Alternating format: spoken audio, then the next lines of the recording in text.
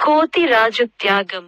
The monkey Kings sacrifice అనేది ఒక అడవిలో కోతుల సమూహానికి నాయకత్వం వహించే తెలివైన మరియు దయగల కోతి రాజు చుట్టూ ఉన్న జాతక కథ. జంతువులను పట్టుకోవడానికి వేటగాడు వేసిన ఉచ్చును కోతిరాజు కనుగొనడంతో కథ ప్రారంభమవుతుంది.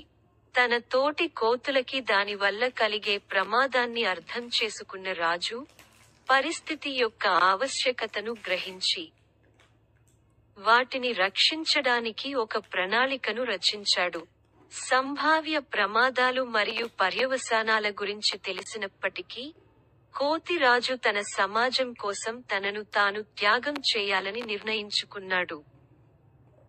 వేటగాడు తనను పట్టుకోవడంతో సంతృప్తి చెంది ఇతర కోతులను విడిచిపెడతాడని తెలుసుకుని, అతను ఉద్దేశపూర్వకంగా వేటగాడి వలలో చిక్కుకుంటాడు.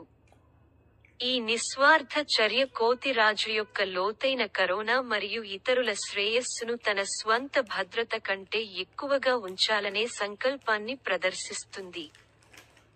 కోతిరాజు త్యాగం అనేక కీలకమైన ఇతివృత్తాలు మరియు నైతిక పాఠాలను హైలైట్ చేస్తుంది. నిస్వార్థత మరియు కరుణ. కోతిరాజు తనను తాను త్యాగం చేయడానికి ఇష్టపడటం నిస్వార్థత మరియు కరుణ యొక్క బౌద్ధ ధర్మానికి ఉదాహరణ. అతను తన ప్రాణాలను సైతం పణంగా పెట్టి తన తోటి కోతులను రక్షించడంలో అచంచలమైన నిబద్ధతను ప్రదర్శిస్తాడు. ధైర్యం మరియు త్యాగం. ఇతరులను రక్షించడానికి తనకు హాని కలిగించే మార్గంలో తెలిసి, కోతిరాజు గొప్ప ధైర్యాన్ని మరియు గొప్ప మంచి కోసం త్యాగాలు చేయడానికి ఇష్టపడతాడు.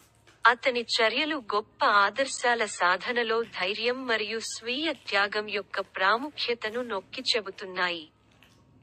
నాయకత్వం మరియు బాధ్యత. కోతుల సంఘం నాయకుడిగా, కోతిరాజు తన తోటి కోతుల భద్రత మరియు శ్రేయస్సును నిర్ధారించే బాధ్యతను స్వీకరిస్తాడు.